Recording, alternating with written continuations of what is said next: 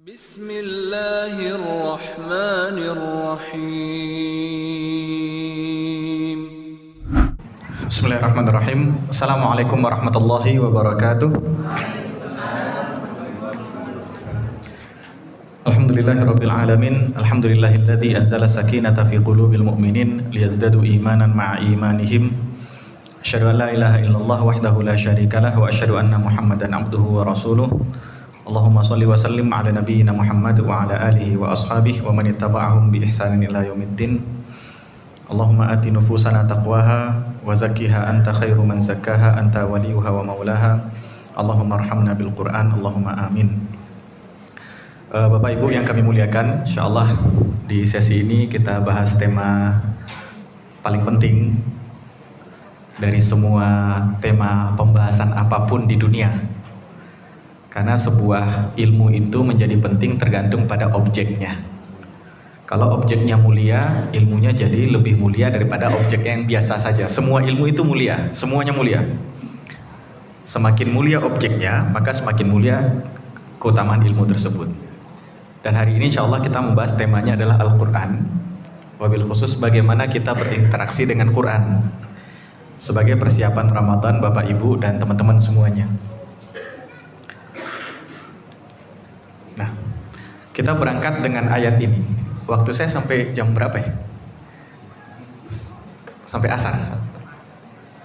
Asar jam 59 menit lagi. Nanti tolong diinfoin ya. Saya kalau sudah ngomong susah berhenti. Saya itu ekstrovert orang. Tapi kalau udah ngomong ya terus itu. Itu awal-awal saya menikah, istri saya pusing gitu. Istri saya introvert soalnya. Jadi keluarga kami itu anomali.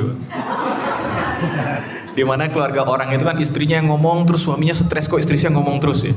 Di rumah saya istri saya yang stres kok suami saya ngomong terus ya. Nah, Allah berfirman dalam surat Al-Baqarah 185, kata Allah, a'udzubillahi minasyaitonirrajim, bismillahirrahmanirrahim. Syahrul Ramadan alladzi unzila fihi al-Qur'an hudal linnas wa bayyinatin minal huda wal furqan. Faman syahida minkum asy-syahra falyasum wa man kana maridan aw ala safarin fa'iddatun min ayyamin ukhra. Yuridullahu bikumul yusra wa la yuridu bikumul usra wa litukmilul 'iddata wa litukabbirullaha 'ala ma hadakum wa la'allakum tashkurun. Shadaqallahul 'azim. Ayat ini kalau Bapak Ibu lihat dalam Quran, ayat ini membahas termasuk dalam satu rangkaian ayat tentang Ramadan atau tentang puasa. Mulai dengan 183, ya ayyuhalladzina amanu kutiba alaikumusiyam. Terus sampai 184, ini 185-nya. Dia ada 5 ayat serangkaian tentang Ramadan.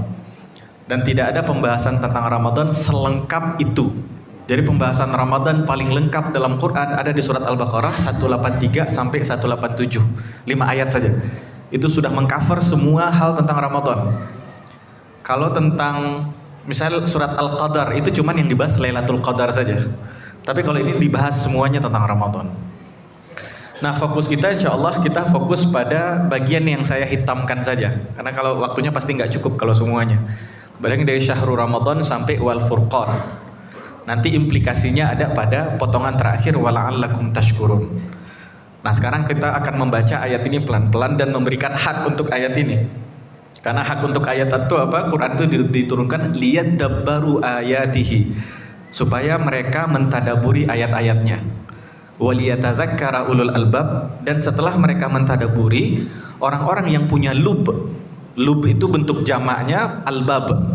Orang-orang yang punya lub, yang punya intisari dari akal, artinya yang akalnya berfungsi, yatadzakkar. Yatadzakkar artinya dia teringat lagi. Jadi tujuan dari semua ilmu adalah supaya ilmu itu mengantarkan kita pada mengingat Allah. Itu tujuan sebenarnya.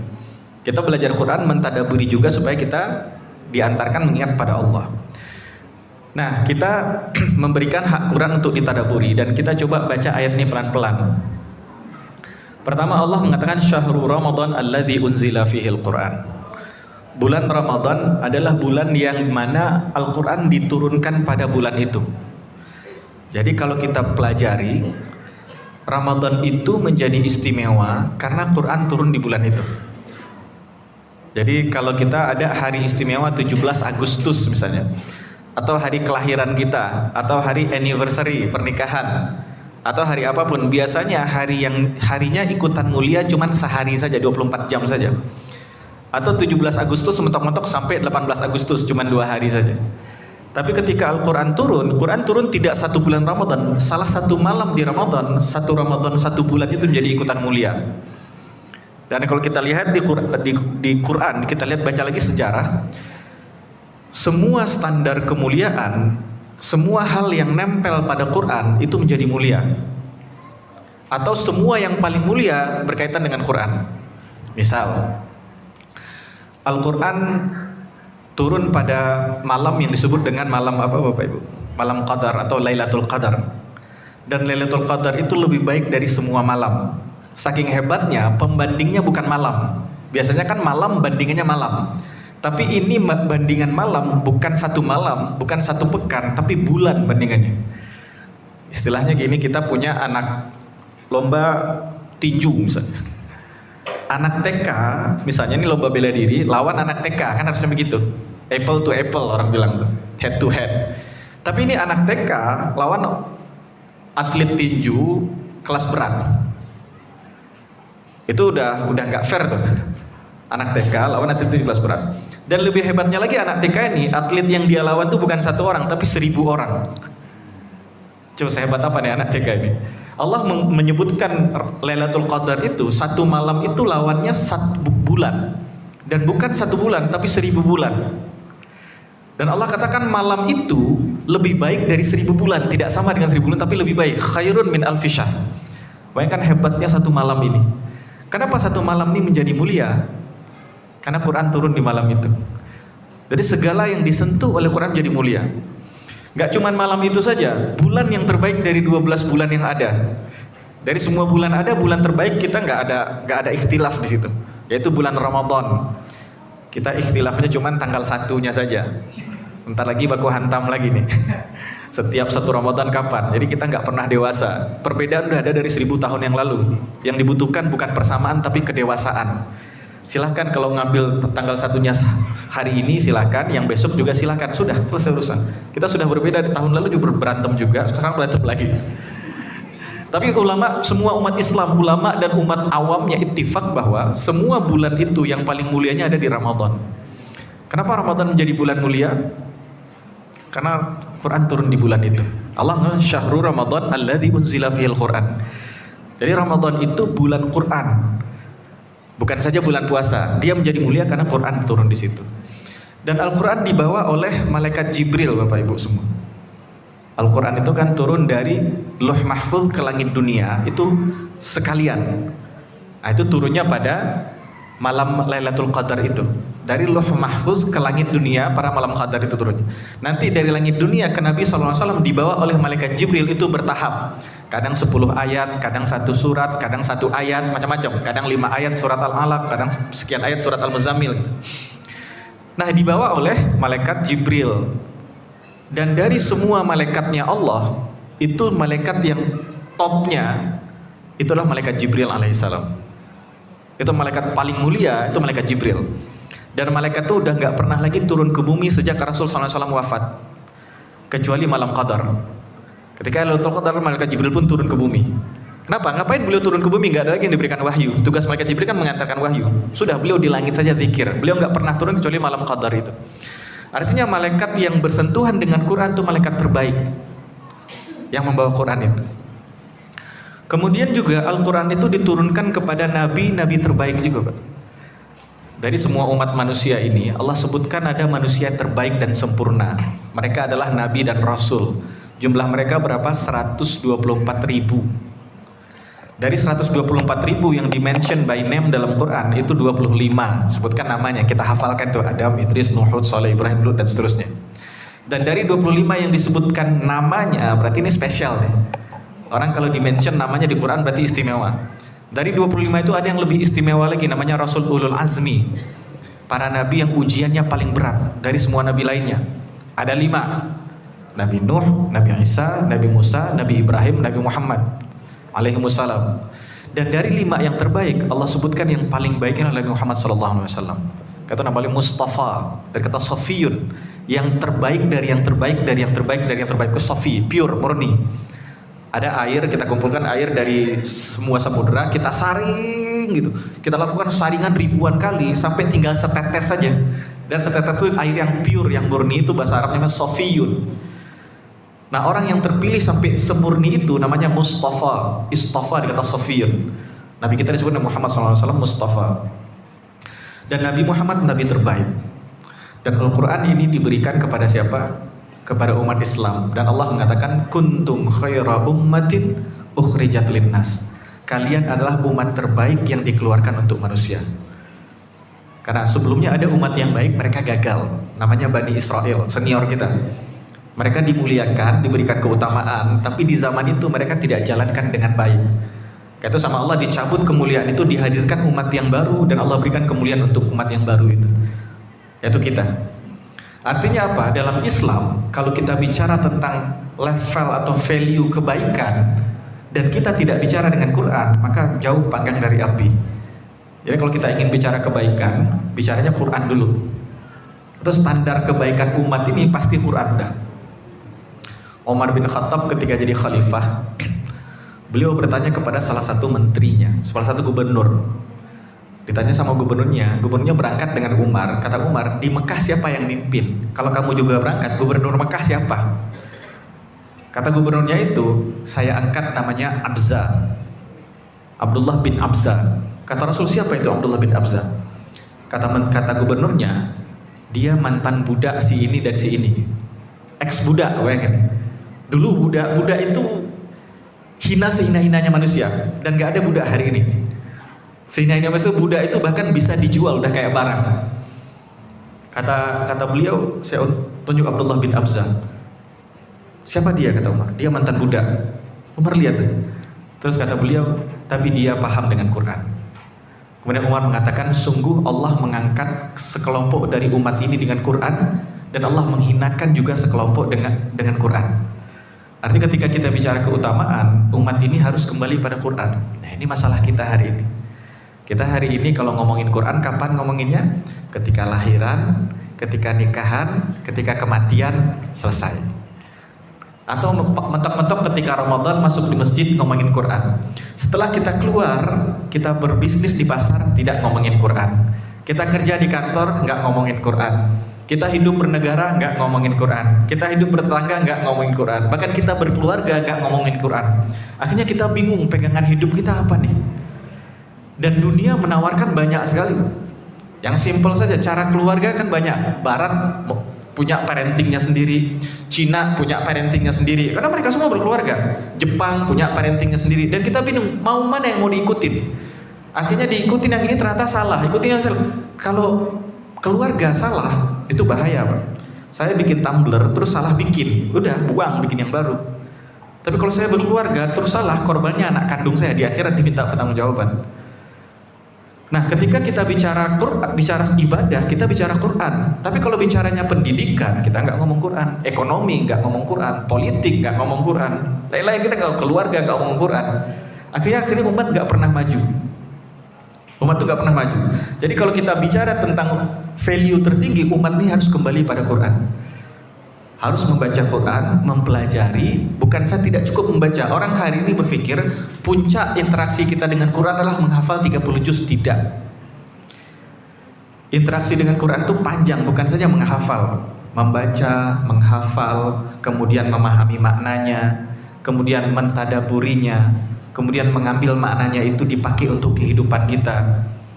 Itu banyak, Quran berikan panduan luar biasa. Ambil makna yang Al-Quran dipakai dalam kehidupan kita. Hari ini kita kalau baca Quran itu banyak isinya kisah misalnya. Sepertiga Quran itu kisah. Kita baca kisah, kita memperlakukan seperti novel. Novel kita selesai baca, kita tutup, sudah, nggak ada hubungan antara novel dengan hidup saya.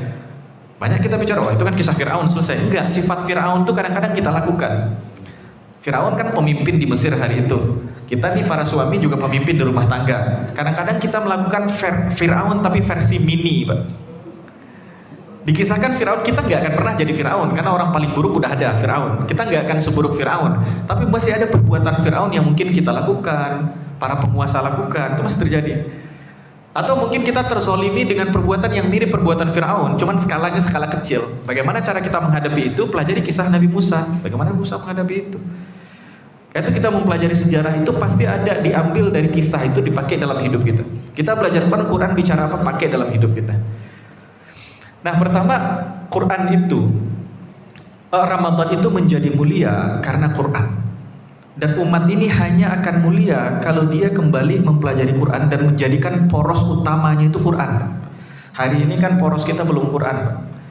Hari ini diskusi yang paling cepat viral itu isu tentang apa Bapak Ibu? Apa Bu? Isu paling cepat viral di sosmed apa? Perselingkuhan. Serusak-rusaknya kita tuh ngomongin keluarga orang lain. Ngomongin keluarga orang lain, kalau itu benar yang kita omongin, itu ghibah. Di akhirat, pahala kita akan diambil diberikan untuk mereka. Dan kalau itu nggak benar, itu buhtan, bahasa kitanya fitnah. Itu 2 kali, rangkap 2. Udah nggak benar ngomongin orang. Oh, dan hari ini umat rusak luar biasa. Saya punya teman-teman yang bergerak di sosmed, akun-akun dakwah, dan dia kasih data ke saya, Ustaz, akun dakwah ini kalau memberikan postingan perceraian, perselingkuhan, KDRT keluarga orang, apalagi keluarganya keluarga yang dikenal sebagai keluarga yang pernah hijrah, itu viralitasnya cepat sekali. Iya betul, nanti tanggungnya di akhirat. Iya, hari ini kita lupa dan kita mempromosikan itu, paling banyak bahas itu. Akhirnya umat ini ngomongin keluarga orang, kan gak mutu. Bagi situ muslimin barat itu masih mending. Di barat tuh gak ada muslimin tuh ngomongin keluarga orang. Di Indonesia tuh kalau ustadz poligami, ustadz bercerai, cepat sekali menebar kemana-mana. Sahabat Nabi banyak yang bercerai. Udah selesai urusan. Itu kita tuh susah maju karena pusaran kita tuh jauh dari jari standar mulia. Umatnya akan maju kalau pusaran itu Quran. Akan hadir kita baca Quran, terus kita baca terjemahannya, nggak paham kita buka tafsirnya. Tafsir sudah banyak terjemahannya. Kita pelajari, nggak ngerti kita ikut kajiannya. Di kajian ada tadabbur, kita bahas pelan-pelan, terus nggak ngerti juga kita mulai cari teman yang suka baca juga, kita diskusi. Akhirnya hadir di umat ini diskusi-diskusi kecil, halaqah-halaqah kecil yang orang mendiskusikan Quran di situ. Di situ kebaikan umat akan hadir. Kita mulai itu anak-anak kita melihat kita itu kebaikan umat hadir. Hari ini anak-anak kecil menyaksikan ibu-ibunya ngomongin selebriti ini, selebriti itu. Anak-anak nonton tuh kelakuan orang tuanya. Ya 11-12 nanti anak-anak sama orang tuanya. Itu kita perlu memulai itu, perlu kita kembali menjadikan pusaran kita itu Quran supaya umat ini berkualitas. Mungkin berkualitasnya bukan di zaman kita, tapi setidaknya kita memulai sesuatu yang nanti ditiru oleh generasi berikutnya. Harus ada yang mulai dengan ketidaksempurnaannya. Kalau bicara sempurna udah nggak ada, orang sempurna udah meninggal 1400 tahun yang lalu. Nabi Muhammad SAW. Sisanya semuanya orang nggak sempurna. Tapi dengan semua ketidaksempurnaan kita harus mulai. Nah, Quran dan Ramadan. Yang kedua, pertama memang semua value tertinggi itu ada di Quran. Kalau kita mau pergerakan cepat, peganglah sama Quran. Kalau umat ini tumbuh generasi yang memegang Quran dengan cara yang benar, Pak. Hari ini banyak orang salah. Orang berpikir kalau Quran itu ilmu yang benar, kedokteran nggak benar. Akhirnya nggak ada yang belajar kedokteran. Itu tidak mengamalkan Quran sebenarnya. Hari ini kan ada orang dia ilmu, misalnya dia belajar fakultas teknik, terus belajar Quran, lama-lama dia tinggalkan kuliahnya, padahal udah semester 7, tinggal 1 semester lagi. Kenapa? Karena di fakultas teknik itu nggak ada pembahasan Quran. Sejak kapan? Ada mahasiswa dia dari jurusan metalurgi, dia ngomong metalurgi itu nggak ada hubungan sama Quran. Saya bilang sejak kapan? Quran itu satu-satunya kitab suci di planet bumi yang punya satu surat itu dinamakan Al-Hadid, artinya metal, artinya besi. Dan Allah mengatakan wa anzalnal hadida fihi ba'sun syadid, kami turunkan besi, di dalamnya ada manfaat yang luar biasa. Allah sebutkan itu. Sekarang kita berpikir mempelajari tentang besi bukan bagian dari Quran, bukan ilmu yang sunnah. Kita melawan Quran sebenarnya. Itu hari ini akhirnya banyak umat tuh nggak maju-maju karena apa? Karena salah kaprah dengan Quran. Dia belajar Quran, tapi garwan. Coba lihat sahabat Nabi, Umar bin Khattab, Khalid bin Walid belajar Quran, masih ahli strategi perang. Utsman bin Affan, Abdurrahman bin Auf, Zubair bin Awam belajar Quran, masih orang yang sangat kaya dan pebisnis hebat. Gak berkurang. Kalau kita belajar Quran ninggalin yang lain, akhirnya apa? Muncullah orang-orang terlola bisnis, orang-orang yang bisnisnya hebat tapi tidak soleh. Kemudian muncul di satu sisi orang-orang yang soleh banyak sekali tapi nggak punya uang, nggak bisa bisnis, nggak bisa ini itu. Bisanya apa? Duduk di masjid aja, nggak ngapain. Bahkan untuk memperbaiki masjid dia ngencrek di depan sana, minta ke orang-orang kafir depan sana pakai keranjang. Kita salah paham juga dengan cara memahami Quran yang benar. Umat Quran itu umat yang memperbaiki peradaban. Poin kedua yang saya sampaikan, dulu dunia ini jahiliyah. Jahiliyah itu bukan berarti bodoh yang bukan, mohon maaf, bukan berarti bodoh orang nggak bisa baca, nggak bisa tulis, orang nggak bisa mikir, bukan itu. Jahiliyah itu orang-orang hebat, tapi semua kehebatan yang mereka miliki tujuannya cuma satu. Apa tujuannya? Pengakuan dari orang lain. Itu jahiliyah. Semua keahlian orang Quraisy itu punya namanya ilaf. Dia tuh bikin bisnis dari Syam, Mekah, Syam itu Palestina, Mekah sampai ke Yaman. Itu di zaman itu nggak ada orang punya rantai bisnis dari Syam sampai ke Yaman membelah padang pasir. Di zaman itu nggak ada. Yang mulai itu adalah Quraisy. Hari ini Bapak Ibu kalau punya bisnisnya taruhlah cuman nganter barang saja dari ujung Jawa sampai ujungnya lagi, dari Tanjung Priok sampai Surabaya. Itu truknya bawa barang berapa kali kena palak. Kena palak sama preman, kena palak sama tukang palak, kena palak sama begal, macam-macam lah itu. Itu berapa kali? Nah ini orang Mekah dan orang Quraisy bisa bikin ilaf, rantai bisnis yang orang aman berbisnis mulai dari Syam sana itu sampai ke Yaman. Itu orang sehebat apa dulu? Jadi orang-orang Quraisy itu jahiliyah dulu tuh bukan orang bodoh, orang hebat, tapi semua kemampuan itu ditujukan untuk satu hal saja. Apa? Pengakuan dari masyarakat bahwa saya orang terhormat. Nah itu kebodohan di situ. Semua keahlian itu hanya untuk membrandingkan diri keluar bahwa saya punya nama. Itu jahiliyah dulu. Terjadi nggak sekarang? Oh tentu tidak. Terjadi ya. Ya sibuk membrandingkan keluar, nggak sibuk dengan memperbaiki dirinya. Nah Rasul SAW ketika Quran datang, sejak itulah peradaban berubah. Kalau nggak ada Islam, saya yakin sampai hari ini kita akan hidup seperti binatang. Ada kitab bagus ditulis oleh Dr. Rajab As-Sirjani. Judulnya Madza Qaddamal Muslimuna lil Alam. Hal-hal apa yang dipersembahkan oleh umat Islam sepanjang sejarah untuk umat manusia semuanya. Itu banyak sekali. Dari segala sisi, mulai dari keyakinan, akidah, akhlak, adab, sains, matematik, semua boleh disebutkan. Doa ahli sejarah, penulisan Dr. Rajab As-Sirjani, pakar sejarah Mesir. Contoh saja misalnya aljabar, algoritma. Kalau nggak ada algoritma, nggak ada komputer Pak. Kalau nggak ada ini, kita nggak bisa tampilkan ini. Itu menemukan tuh Muslim, itu sumbangsih Muslimin untuk itu. Kemudian betul dikembangkan oleh Eropa dan lain sebagainya. Tapi kalau Muslimin nggak memulai itu, mungkin kita masih mundur hari ini. Percepatan Muslim itu sampai sejarawan Amerika yang bilang, ada sejarawan Barat, dia membaca sejarah Muslim dan dia simpulkan kalau Muslimin itu tidak berantem di antara mereka satu sama lain. Saya yakin di abad ke-14, sekarang kan abad 21, di abad 14 mereka sudah terbang ke bulan. Mereka 700 tahun yang lalu umat Islam itu sudah bisa terbang ke bulan. Tapi mereka nggak kejadian itu karena mereka berantem satu sama lain. Kenapa percepatan itu hadir? Percepatan itu hadir justru karena Quran. Artinya apa? Quran yang turun di bulan Ramadan itu berhasil mengubah haluan perjalanan umat manusia. Kalau Quran nggak turun 1400 tahun yang lalu, mungkin hari ini kita hidup kayak binatang. Quran turun pun masih ada masyarakat yang hidup seperti binatang. Kalau Quran nggak turun, mungkin hari ini tuh nggak tahu yang benar, nggak tahu yang salah, nggak tahu adab, nggak tahu tata krama dan lain sebagainya. Nah Quran yang turun di bulan Ramadan itulah yang berhasil memperbaiki haluan kehidupan umat manusia sedunia. Maka bayangkan apa yang bisa Quran perbaiki dan Ramadan perbaiki untuk rumah kita yang kecil, Pak. Untuk diri kita yang kecil ini. Kalau Ramadan dan Quran bisa memperbaiki planet bumi ini, pasti Ramadan dan Quran bisa memperbaiki hidup kita jauh lebih baik. Bisa memperbaiki keluarga kita jauh lebih baik. Nah, itu Ramadan, pusaran perubahan itu ada di Ramadan dan di Quran. Kemudian yang ketiga, Quran itu diberkahi. Kitabun anzalnahu ilaika mubarakun. Kitab yang kami telah turunkan kepada engkau Muhammad, kitab itu diberkahi. Berkah itu ada kebaikan di dalamnya.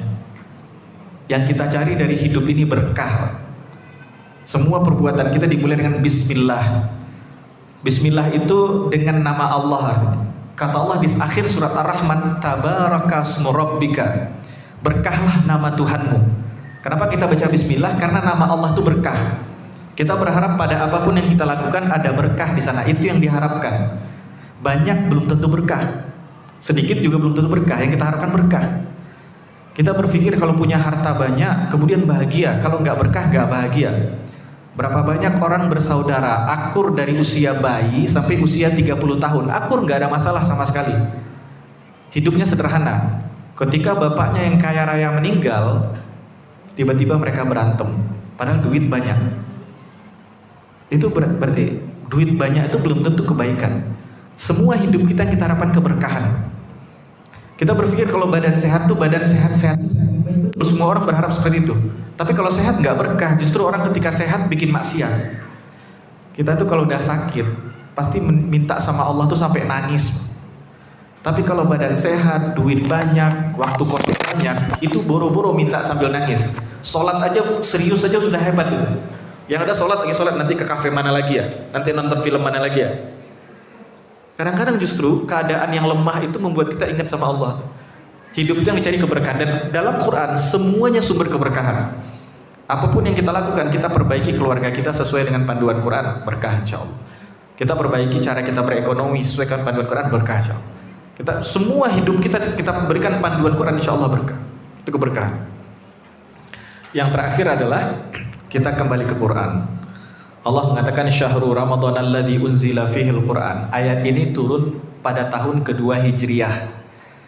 Tahun kedua Hijriah artinya Rasulullah sudah berdakwah di Mekah 13 tahun plus 2 tahun di Madinah. Itu artinya. Artinya sejak pertama Quran turun itu sudah berlangsung 15 tahun. Ketika 15 tahun itu, di tahun ke-15 kira-kira para sahabat tahu nggak kalau Quran itu diturunkan di bulan Ramadan? Kira-kira sahabat tahu nggak kalau Quran itu lanjutannya hudan linnas wa bayyinatin minal huda wal furqan? Sahabat tahu nggak kalau Quran itu petunjuk bagi umat manusia? Tahu sejak hari pertama turun. Kenapa setelah 15 tahun berjalan Allah kasih tahu lagi kalau Quran itu diturunkan pada bulan Ramadan dan dia petunjuk bagi umat manusia? Kenapa diulang lagi? Kata ulama, seolah-olah Allah menegaskan kepada kita setiap Ramadan kembalilah kepada Quran, seolah-olah kita belum belajar Quran sama sekali. Kenapa kita nggak bisa maju belajar Quran? Karena kita berpikir, oh saya udah paham Al-Fatihah. Enggak. Ada sebagian pemahaman di Al-Fatihah yang kita ambil, yes. Tapi orang yang utuh paham semuanya enggak. Ada ulama besar namanya Ibnu Qayyim Al-Jauziyah. Ibnu Qayyim punya kitab. Kitabnya itu 3 jilid. Satu jilidnya 550 halaman. Ada 3 tuh. Berarti 1500 halaman, 1600. 1600 halaman itu kitab itu hanya menjelaskan satu ayat, Pak. Ayat apa itu? Iyyaka na'budu wa iyyaka nasta'in. Judul kitabnya Madarijus Salikin Syarhi Manazilis Sa'irin fi Kalamillahi Iyyaka na'budu wa iyyaka nasta'in. Itu 1600 halaman hanya menjelaskan iyyaka na'budu wa iyyaka nasta'in. Sekarang kita perlu perbaiki ucapan kita. Oh, saya udah paham Al-Fatihah. Pernah belajar? Yes. Tapi kalau benar-benar paham, oh, Al-Fatihah itu samudra yang sangat luas, Pak. Belum ayat yang Al-Fatihah saja. Karena itu kita datang ke Ramadan, kita kembali ke Quran seolah-olah kita belum belajar sama sekali dan kita gali lagi. Semua ayat Quran itu memberikan banyak sekali permasalahan dalam hidup. Itu satu syahrul Ramadan. Kemudian berikutnya, slide berikutnya. Next. Kata Allah tentang Ramadan, tentang Quran, hudan linnas. Quran itu sebagai petunjuk untuk umat manusia. Satu, Allah bicara tentang petunjuk, yang kedua umat manusia. Kalau bicara tentang petunjuk berarti Al-Quran itu sebagai panduan hidup. Panduan hidup. Saya berangkat dari rumah saya di daerah Cikadut, Cikadut Cicahem. Cikadut Cicahem, terminal Cahem mungkin Bapak itu. Kesini itu sekitar 1 jam. Itu sempat saya tadi nyasar dikit gara-gara pertigaan. Harusnya saya ngambil yang kanan, saya ngambilnya lurus. Gara-gara saya nggak lihat Google Map. Saya cukup 3 detik lihat Google Map, mungkin saya nggak nyasar. Tapi saya nyasar dikit gara-gara 3 detik saja saya tidak lihat map, saya nyasar. Kenapa? Karena map itu sebagai panduan. Sekarang kita tahu kenapa hidup kita berantakan. Karena kita nggak pernah lihat Quran. Kita tidak memperlakukan Quran sebagai kitab panduan. Kita baru memperlakukan Quran sebagai kitab bacaan. Kalau dia sebagai kitab panduan, maka kita pelajari. Pasti setiap ayat pasti bicara tentang kehidupan kita. Itu ulama-ulama Quran itu sampai mengatakan ada tadabbur tentang ayat ini yang saya tidak bisa jelaskan pada kalian, kata ulama. Kenapa? Karena ini hanya hubungan saya dengan ayat ini saja. Karena kalau saya jelaskan kalian nggak akan paham. Kalau kita sering interaksi dengan Quran, kita akan dapati banyak sekali ayat Quran itu sebenarnya memberikan solusi untuk masalah hidup kita. Itu Quran itu disebut Al-Quran Al-Karim. Al-Karim artinya apa Bapak Ibu? Ada yang tahu artinya Karim? Al-Karim itu artinya mulia. Tapi orang Arab tuh sebut kemuliaan itu banyak standarnya. Kalau Al-Karim itu mulia karena dermawan. Berarti Quran itu Quran yang dermawan. Gimana Quran dermawan? Quran memberikan semua jawaban atas pertanyaan kita. Masalahnya kita nggak pernah nanya ke Quran, itu masalahnya. Nah, itu yang perlu kita tahu. Quran itu sebagai petunjuk, maka dia harus lakukan sebagai petunjuk. Yang kedua, linnas untuk umat manusia. Nah, ini unik. Quran itu Allah katakan dia petunjuk untuk umat manusia. Hari ini tahun 2026 di planet bumi yang muslim dan yang non muslimnya banyakkan mana Pak? Mana yang lebih banyak, muslim atau non muslim Bapak Ibu? Non muslim kan? Muslim itu cuma 1/5 dari penduduk bumi, nggak sampai 1/4-nya. Agama terbesar di planet bumi itu Kristen. Islam itu agama kedua terbesar. Jumlah muslimin itu tidak mungkin paling tinggi 1/4-nya lah. Berarti 3/4 itu nggak muslim. Oke? Artinya lebih banyak yang tidak baca Quran ketimbang yang baca Quran. Dan dari 1/4 penduduk bumi yang muslim itu, berapa orang yang baca Quran? Dari 100%, kan total 100% itu berapa persen yang baca Quran? Taruhlah 50%. Dari 50% itu berapa banyak yang menjadikan Quran sebagai petunjuk? Nah, tapi di ayat ini Allah mengatakan beda nih. Di ayat ini Allah mengatakan dia petunjuk untuk umat manusia. Agak unik nih. Gimana cara kita memahami? Kalau di awal surat Al-Baqarah gampang kita memahami. Dzalikal kitabu la raiba fihi hudan lil muttaqin, petunjuk bagi orang bertakwa. Ya jelas, orang bertakwa, guidance-nya, petunjuk hidupnya, cara hidupnya, rambu-rambunya dari Quran. Itu udah clear. Tapi sini Allah bilang ketika dia turun, pertama kali dia turun sebagai petunjuk untuk umat manusia. Gimana caranya? Kan orang-orang Kristen tuh gak baca Quran. Orang kafir gak baca Quran. Maka caranya adalah di bulan Ramadan ini, bulan terbaik bagi kita umat Islam untuk mempelajari Quran kembali. Karena kalau kita nggak belajar Quran di Ramadan, kita nggak akan belajar Quran kapanpun. Ramadan itu bahkan orang-orang artis-artis yang pakaiannya nggak jelas, udah kayak mau telanjang pakaiannya, di Ramadan pakai jilbab tuh. Kita tuh dikondisikan untuk bisa dekat dengan Quran. Kalau di Ramadan kita nggak dekat dengan Quran, artinya tidak ada waktu yang akan membuat kita dekat dengan Quran. Nah, di Ramadan kita kembali kepada Quran, kita pelajari, kita dalami lagi. Satu, tahapan kedua, kita amalkan dalam hidup dan jadikan hidup kita sehari-hari cerminan dari Quran itu. Itu tahapan duanya. Dan tahapan ketiganya apa? Biarkan orang-orang non-muslim melihat umat Islam itu yang mempraktekkan Quran. Ya, kita coba lakukan. Itu 2 tahun lalu tuh saya senang ketika viral berita tentang takjil. Di Jakarta tuh banyak yang takjil tapi non muslim takjilnya. Itu salah satu bentuk kebaikan kita.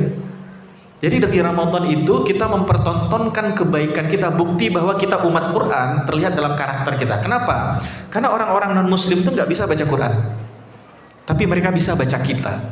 Karena di Ramadan itu umat Islam tampillah keluar rumah sebagai orang yang mencerminkan orang-orang yang dididik oleh nilai-nilai Quran.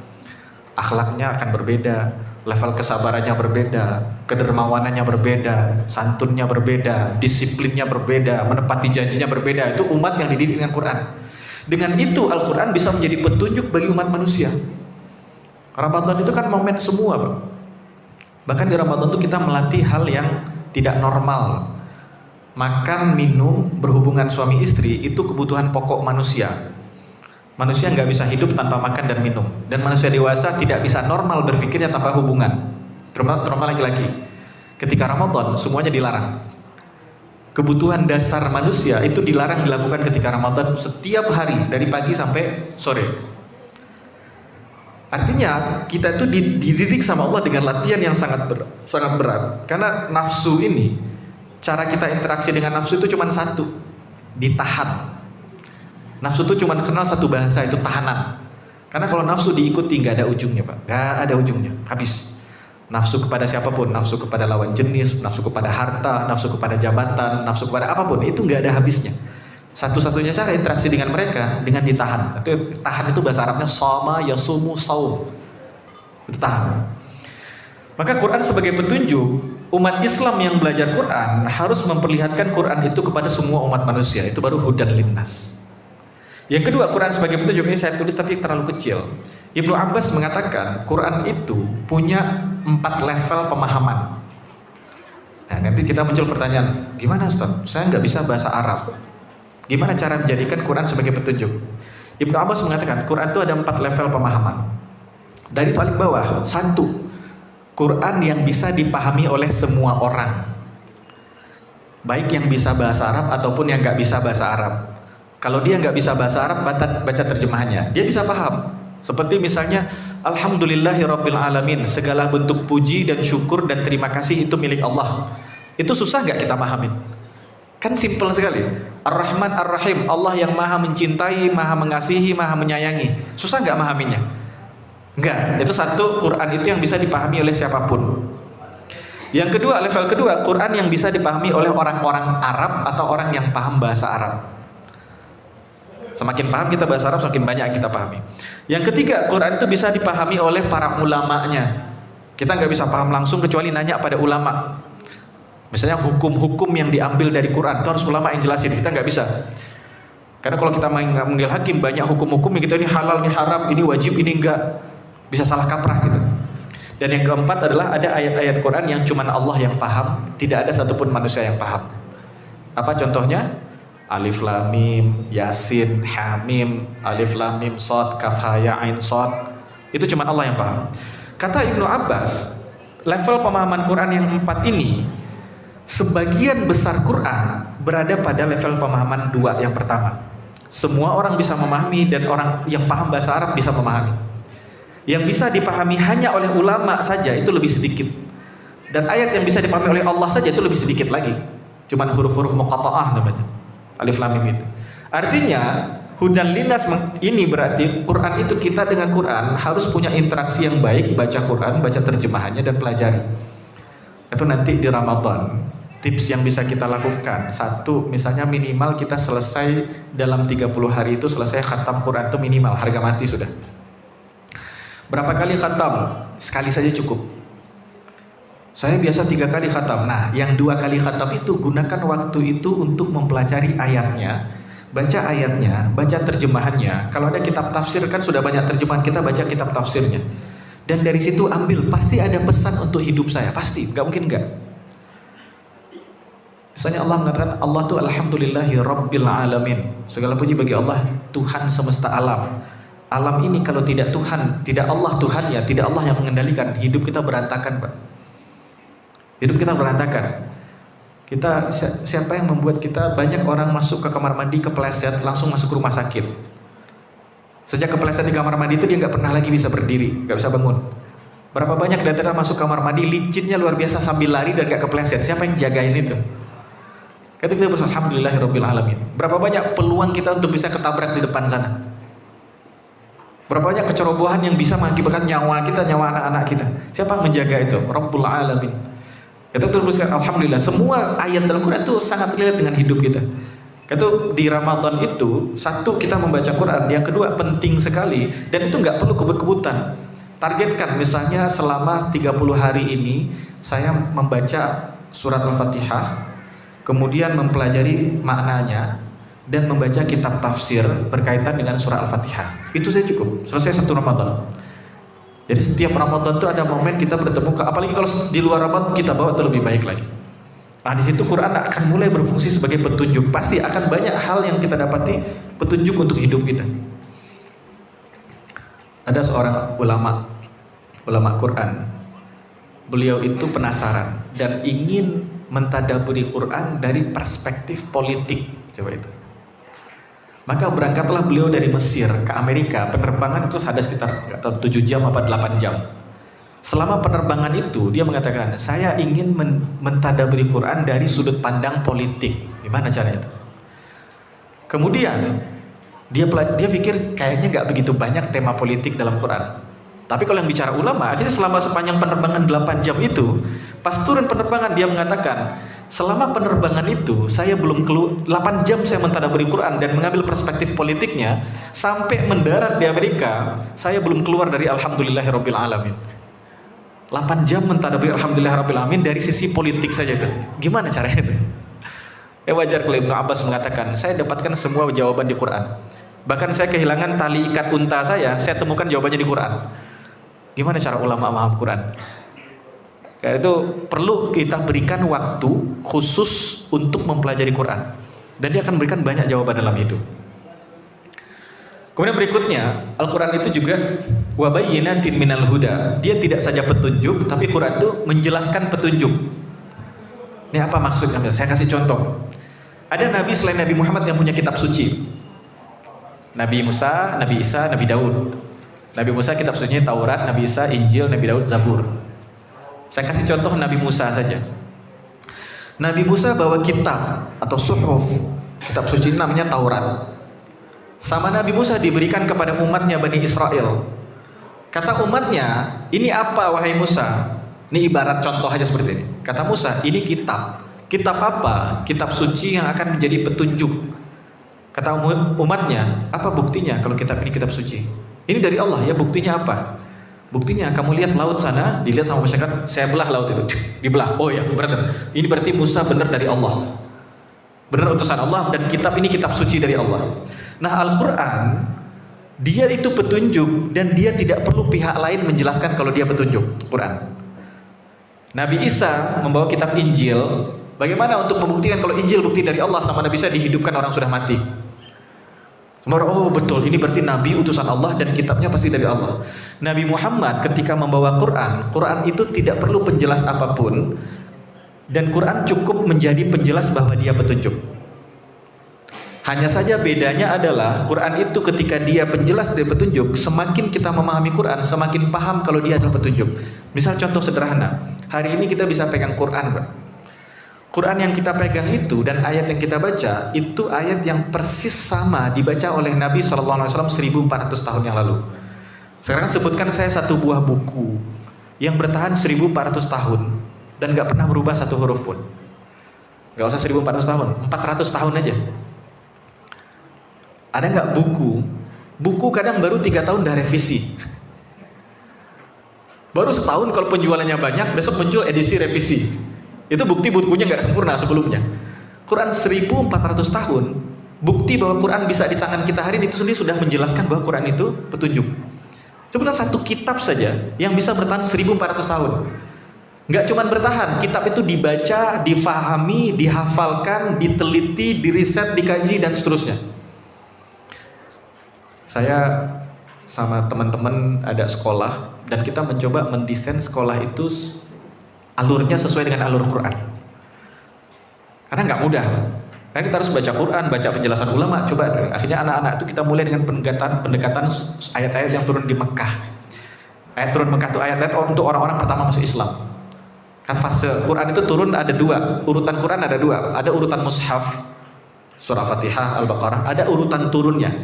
Urutan turun itu surat Al-Alaq dulu, Al-Fatihah nanti turunnya di Madinah, belakangan malah Al-Alaq, Al-Muzammil, Al-Mudaththir dan seterusnya. Nah, kita coba pelajari itu dan kita dapati beberapa poin. Ternyata Quran itu pertama kali yang ditanamkan, yang dididikkan kepada orang yang mau belajar Islam itu keyakinan dulu. Itu orang melihat Islam agama yang berat hari ini karena yang ditanamkan itu bukan keyakinan dulu.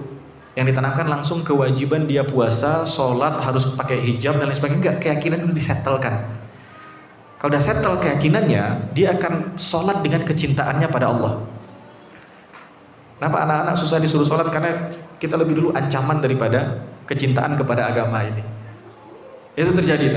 Nah, kalau kita semakin kita pelajari Quran, semakin kita rasakan mukjizat Quran itu.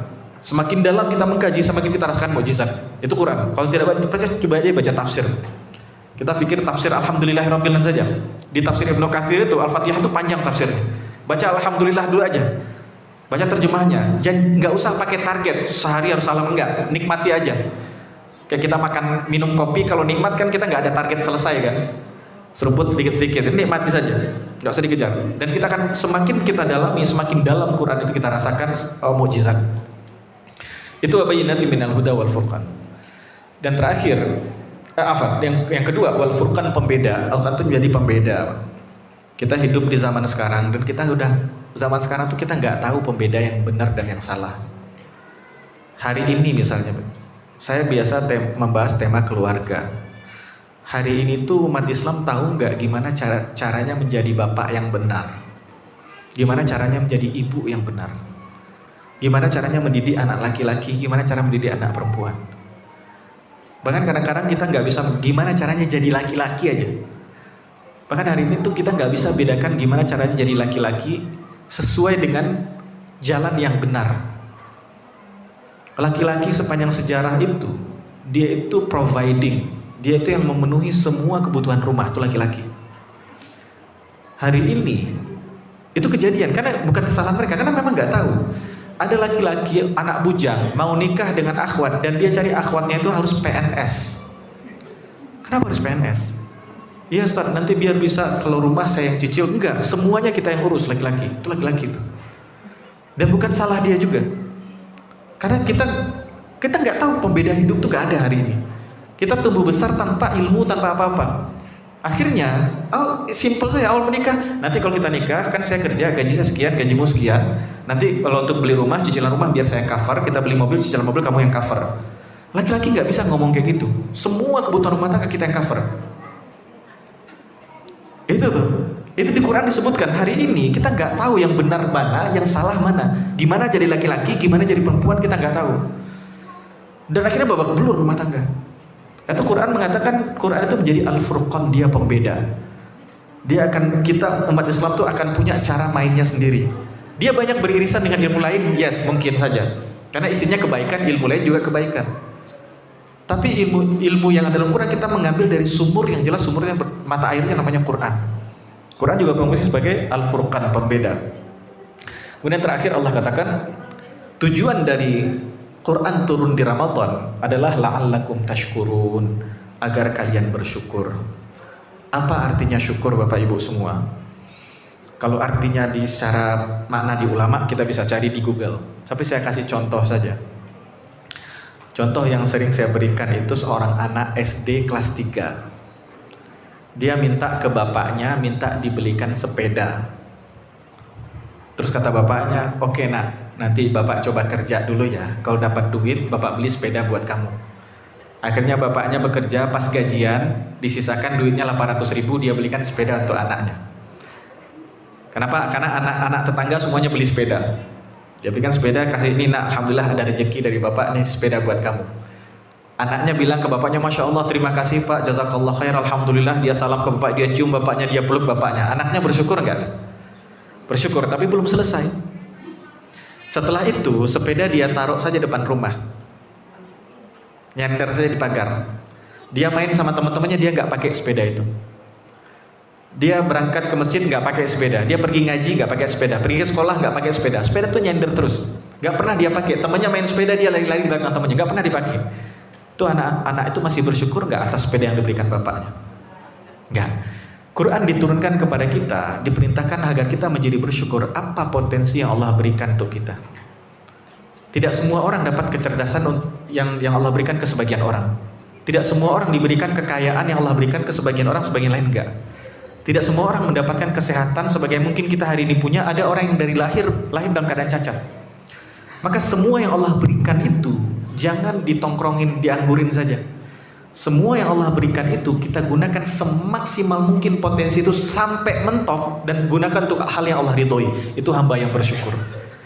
Quran itu turun untuk panduan hidup kita. Setelah panduan hidup kita dapat, kemudian hidup kita lurus dan tenang, terus ngapain? Terus slow living saja? Enggak. Bukan slow living, tebarkan kebaikan sebanyak mungkin dari potensi yang Allah berikan untuk kita. Setiap kita kan punya potensi macam-macam. Ada orang yang cerdas, ada yang tidak cerdas tapi fisiknya sangat kuat. Begadang semalaman tuh nggak teler. Ada orang yang fisiknya sangat kuat tapi dia susah memahami penjelasan. Ada, setiap orang punya keahlian, ada finansialnya bagus, ada karakternya bagus, macam-macam. Semua kemampuan yang Allah berikan itu kita gunakan semaksimal mungkin sampai mentok. Dan itu yang kita gunakan untuk hal yang Allah ridhoi saja. Itulah hamba yang bersyukur. Karena hari ini ada orang muncul, dia ngaji, itu Masya Allah bagus. Setelah ngaji nggak ngapa-ngapain, nggak, pokoknya saya ngaji aja, nggak teguran sama tetangga, pokoknya ngaji, yang penting keluarga saya damai. Sementara potensi yang Allah berikan untuk dia banyak sekali, dan dia tidak gunakan potensi itu semaksimal mungkin. Semua yang Allah titipkan ke kita, Allah akan minta pertanggungjawaban. Setiap detiknya, setiap waktunya, setiap kesehatannya. Nggak semua orang sehat kayak kita Bapak Ibu. Hari ini ada berapa ratus orang yang terkapar di rumah sakit. Dan kesehatan kita akan diminta pertanggungjawaban. Hamba yang bersyukur adalah hamba yang menggunakan semua yang Allah berikan itu untuk hal yang Allah ridhoi. Dan semoga Allah jadikan kita hamba yang bersyukur di Ramadan ini dan melalui Al-Quran yang kita pelajari. Demikian wallahu a'lam bishawab. Assalamualaikum warahmatullahi wabarakatuh. Alhamdulillah, terima kasih Ustaz atas penyampaian materinya. Mungkin untuk sesi selanjutnya seperti biasa ada sesi tanya jawab. Mungkin dari Ibu dan Bapak ada yang ingin bertanya? Oh, siap ya. Mungkin bisa diperkenalkan siapa dan di mana. Assalamualaikum warahmatullahi wabarakatuh. Assalamualaikum. Perkenalkan, nama saya Budia, saya dari Antasari.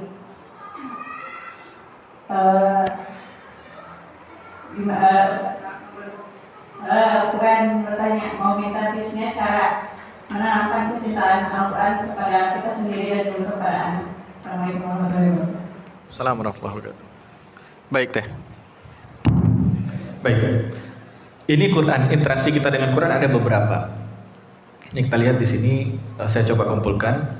Satu, tahsin baca Quran dan kita perbaiki bacaannya. Kemudian tilawah membaca Qurannya. Kemudian tadabbur mendalami maknanya. Kemudian tahfiz menghafalnya. Kemudian tatbiq mempraktekkan apa kata Quran kita praktekkan di kehidupan kita. Kemudian tafsir, nah ini level bukan level kita. Bukan level saya juga. Ini levelnya ulama yang bisa menafsirkan Quran. Kemudian ta'lim mengajarkan Quran. Mengajarkan apa? Tahsinnya bisa diajarkan, tilawahnya, tadaburnya, dan seterusnya. Ada banyak interaksi dan semuanya mau kita ambil manapun semuanya berpahala. Tema kita hari ini kita fokus membahas tentang tadabur saja. Tadabur Quran saja. Nah, untuk tadabur Quran bagaimana memunculkan rasa cinta? Ada beberapa cara yang kita bisa hadirkan. Satu, kita mulai sendiri. Dengan apa? Baca ayat, baca terjemahan. Kalau terjemahannya kita masih belum bisa mentadaburi, buka kitab tafsir. Gimana baca ayatnya? Baca ayatnya nggak usah baca ayatnya sebanyak-banyak mungkin, nggak. Baca saja satu tema misalnya. Misalnya surat Al-Baqarah, Alif Lam Mim dzalikal kitabu la raiba fihi hudal lil muttaqin alladzina yu'minuna bil ghaibi wa yuqimuna sholata wa mimma razaqnahum yunfiqun. Udah selesai, itu aja dulu. Baca terjemahannya, nanti kita buka kitab tafsir. Tafsir sudah banyak terjemahan. PDF juga sudah baca. Bahasa Indonesia tafsir PDF, bahkan sudah ada aplikasinya. Kita baca itu, kita dalami itu, kalau perlu pakai catatan. Pasti dari situ ada hal-hal baik yang Allah berikan untuk kehidupan kita hari ini, bukan kehidupan nanti. Itu pasti hudan lil muttaqin, orang bertakwa itu gimana? Alladzina yu'minuna bil ghaibi, orang yang beriman dengan yang gaib. Ciri orang bertakwa nomor satu, dia punya keyakinan pada yang gaib. Jadi kita nggak usah stres. Kita punya Allah yang Ar-Rahman dan Ar-Rahim. Hidup hari ini kan banyak stres. Unik Pak, zaman sekarang zaman yang level stresnya paling tinggi. Sepanjang saya hidup ini zaman stresnya paling tinggi Pak. Di zaman saya kecil dulu, yang stres itu cuma dua kelompok manusia saja. Satu gila, yang kedua miring. Kalau gila masuk rumah sakit jiwa, yang miring itu masih korek-korek sampah. Cuma itu saja. Hari ini anak muda stres, orang tua stres, anak remaja stres. Ada nama-namanya. Ada quarter life crisis. Orang krisis ketika hidupnya quarter, seperempat abad, 25 tahun. Ada midlife crisis. Krisis ketika setengah usia, umur 30-35 tahun. Ada anxiety, ada overthinking, ada bipolar disorder. Itu mental illness tuh kajian yang paling banyak digandrungi setelah kajian pernikahan. Dulu yang digandrungi oleh kita-kita waktu muda itu cuma kajian pernikahan. Sekarang mental isu. Coba kita baca lagi, orang beriman itu orang bertakwa itu ciri nomor satunya dia beriman dengan yang gaib. Bukan berarti orang beriman tuh nggak stres. Ada juga orang beriman stres.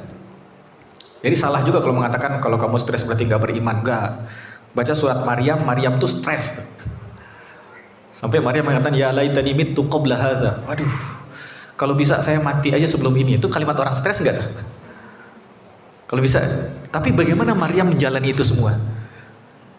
Ada keyakinan, stresnya tetap ada, tekanan tetap ada. Tapi dengan beriman pada yang gaib, setidaknya kita punya perspektif yang lain. Hari ini misalnya, banyak orang tua punya anak kemudian stres. Lihat zaman sekarang, aduh ngeri Ustaz, nanti anak kita tumbuh besar gimana ya? Nanti belum lagi perang dunia ketiga akan macam-macam tuh, nuklir dan sebagainya. Dia panik dengan anaknya. Belum kejadian bu. Ada yang lebih mengerikan bu. Apa Ustaz yang lebih mengerikan? Kalau besok ibu mati gimana? Kenapa kita takut kejadian 20 tahun lagi, anak saya nanti kuliah gimana, cucu saya gimana? Kita nggak ada yang jamin kita masih hidup sampai besok. Allah mengatakan orang bertakwa itu jadinya beriman dengan yang gaib. Keyakinan pada yang gaib membuat kita tidak terlalu terporsir semua energi pada materi yang ada hari ini. Itu anak-anak akan tumbuh besar sebagai anak-anak yang confidence Pak. Hari ini tuh orang-orang tuh kalau dia miskin dia nggak pede. Itu terjadi tuh. Di umat Islam biasa aja, miskin kaya sama aja. Kan kita hari ini kalau laptopnya tidak ada logo Apple-nya, dianggap nggak pede, dianggap nggak gaul. Saya dikasih orang sebenarnya. Ini dikasih orang, HP dikasih orang juga, orang baik. Tapi hari ini begitu. Kalau kumpul reunian, kalau semua orang bawa mobil, kita bawa motor, minder. Karena kita beriman kita pada yang nyata, bukan yang gaib. Kita berpikir orang yang duitnya banyak, dia lebih mulia daripada orang miskin. Enggak tentu. Itu baru satu ayat tuh. Kita baca penjelasan ulama seperti apa. Nah kita perlu satu baca ayatnya, baca terjemahnya, baca tafsirnya, dan berikan waktu, nggak usah buru-buru. Dan buku saya itu, saya punya buku semuanya saya coret. Nggak usah sungkan untuk mencoret buku. Buku saya coret semua tuh. Saya 4 tahun di Mesir, 4 tahun tuh saya kerja di perpus. Tidak satu pun saya baca buku perpus. Setiap ada buku bagus saya beli, karena saya nggak bisa kalau nggak nyoret. Udah coret aja. Coret, tandain dan sebagainya. Mudah-mudahan dia jadi saksi nanti di akhirat bahwa kita berusaha untuk memahami kalam Allah, kalimat-kalimat Allah ini. Kemudian nanti berikutnya kita cari kajian-kajian Quran. Kajian Quran sudah banyak. Kalau nggak ada di masjid tempat kita dekat rumah, kalau di akhwat ya, di YouTube juga banyak kajian macam-macam tuh udah banyak. Nah nanti turunannya berikutnya apa? Kita bikin halaqah-halaqah kecil. Kita kan bersama-sama ini kenal. Kemudian yuk gimana kalau 2 bulan ke depan kita target tadabburi Al-Fatihah dulu yuk. 1 pekan ini alhamdulillah apa aja insight yang kita dapatkan. Akan hadir di masyarakat muslim itu komunitas-komunitas kecil yang diskusinya Quran, bukan keluarga orang lain. Iya kan? Energi untuk ngomong itu akan selalu muncul. Saya tuh suka ngomong, energi ngomong tuh muncul. Karena itu saya paksakan kalau saya ngomongnya itu buku udah. Kalau ngomongnya nggak berkualitas, kalau ngomongnya bukan buku, bukan ilmu, pasti saya ngomongnya nggak berkualitas. Karena energi itu akan selalu ngomong. Saya nggak bisa menyuruh diri saya diam. Kalau saya diam, saya emosional, gampang baper. Tapi kalau saya ngomong, emosi saya agak turun. Caranya gimana? Cari ngomongin yang bermanfaat. Kan ibu-ibu punya energi untuk ngomong bu ya. Berapa ribu kata sehari? Nggak usah percaya itu bu. Itu ngarang-ngarang doang itu. Buat orang yang pasti penemunya perempuan tuh. Yang ngomel-ngomel terus gitu. Dia bikin riset itu. Nah, itu caranya, membacanya, kemudian mempelajarinya, kemudian ikut kajiannya, bikin halaqah-halaqah kecil, dan bagaimana menanamkan tuh anak-anak. Kalau kita lakukan itu, anak-anak akan menyaksikan. Anak-anak belajar pertama kali bukan lewat ceramah, tapi dia lihat apa yang dilakukan orang tuanya. Kalau kita sering lakukan itu, anak-anak akan melihat itu dan malam dia akan belajar juga. Karena orang tua itu nggak perlu nyuruh anaknya sholat. Kalau dari kecil anaknya lihat bapaknya sholat terus, umur 6 tahun dia udah, Pak ikut sholat Pak. Kan seperti itu. Nah, itu udah biarkan saya anak menyaksikan aktivitas kita. Dan jangan diusir, dia datang udah datang. Tapi kalau sudah mengganggu robek-robekin Quran ya berarti udah mudarat. Begitu Bu, Allahu a'lam bishawab.